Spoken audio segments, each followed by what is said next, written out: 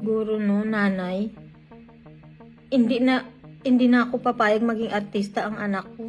Hindi na nakapagpigil ang tiyahin ni Anthony Jennings na si Marilyn Olofson at ibinunyag na ang totoong kwento. Sa likod ng kontrobersyang kinasasangkutan ng kanyang pamangkin at ex-girlfriend itong si Jam Villanueva. Hello mga palangga. Mayroon lang akong sasabihin na siyempre apektado ako kasi tita ako ini Anthony. Tita ako.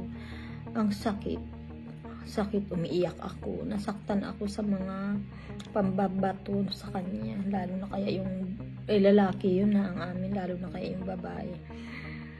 Alam niyo mga pangga, kung ako siguro no, nanay, hindi na ako papayag maging artista ang anak ko. Dahil ang sakit yung ibabash yung anak mo, kung ano-ano isasabi, hinuhusgahan, kaunting pagkakamali lang, ang husga ng tao sobra-sobra. Kung hindi ka dun matatag, hindi ka matibay, madaming nagpapakamatay dahil sa husga ng kapwang tao. Napakatindi ng mga tao. Sila ang papatay sa kapwa nila. Kaya ang daming nagre-rebel din. Dahil siya kapwa-tao. Hindi marunong mag-intindi. Hindi mag-adjust. Nagkamali silang tatlo. Tatlo sila nagkakasala. Hindi lang isa, hindi lang dalawa. Parehas may pagkakamali. Dapat tayo ang mag-adjust at mga bata pa sila. Marami pa talagang mararanasan ng mga pagsubok sa buhay. Diba? Hindi pa maintindihan ng mga kabataan yan ngayon dahil bata pa sila.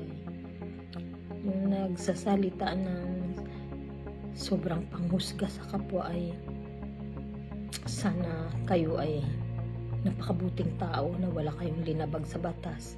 Wala kayong ginawang mali, no?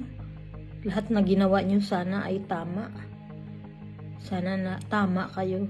Wala kayong pagkakamali sa buhay. Iyon lang sa mga basyo. Maraming salamat. Bye. Sinabi niyang kinokontrol umano ni Jam ang perang dapat na ibibigay sa pamilya ni Anthony. Dinamay niya si Maris dahil sa selos. Lahat ng ipinapartner kay Anthony pinagseselosa ni Jay. Tugma rin ito sa sinabi ng isa pang malapit kay Anthony na nagsiwalat ng parehong istorya tungkol sa pagtrato ni Jam sa aktor. Na noong ayaw daw makipagbalikan ni Anthony sa kanya ay nagbanta si Jam na ilalabas ang mga naturang screenshots. Sa kabila ng eskandalo, marami pa rin ang naniniwala sa sincere na paghingi ng tawad ni Anthony Jennings, deretsahan at mapagpakumbaba ang kanyang pag-amin. Nataliwas sa sinasabing scripted daw na pahayag ni Maris Racal. Matatandang nag-ugat ang lahat noong December 3 nang ibunyag ni Jam ang mga screenshot ng intimate na pag-uusap ni Anthony at Maris kahit nasa relasyon pa sila noon. Dahil dito binatikos ang dalawa, halos mawala ng endorsements. Pero nag-trending naman ng 2022 song ni Maris na Ate Sandali. Humingi na ng tawad si Maris kay Jam at iginiit na buong akala niya ay hiwalay na sina Anthony at Jam, base na rin sa sinabi sa kanya ng aktor. Ano ang opinion nyo sa mga pasabog na revelasyon na ito? Isang damage control ba ito o isang pagbumunyag ng katotohanan? Share your thoughts below.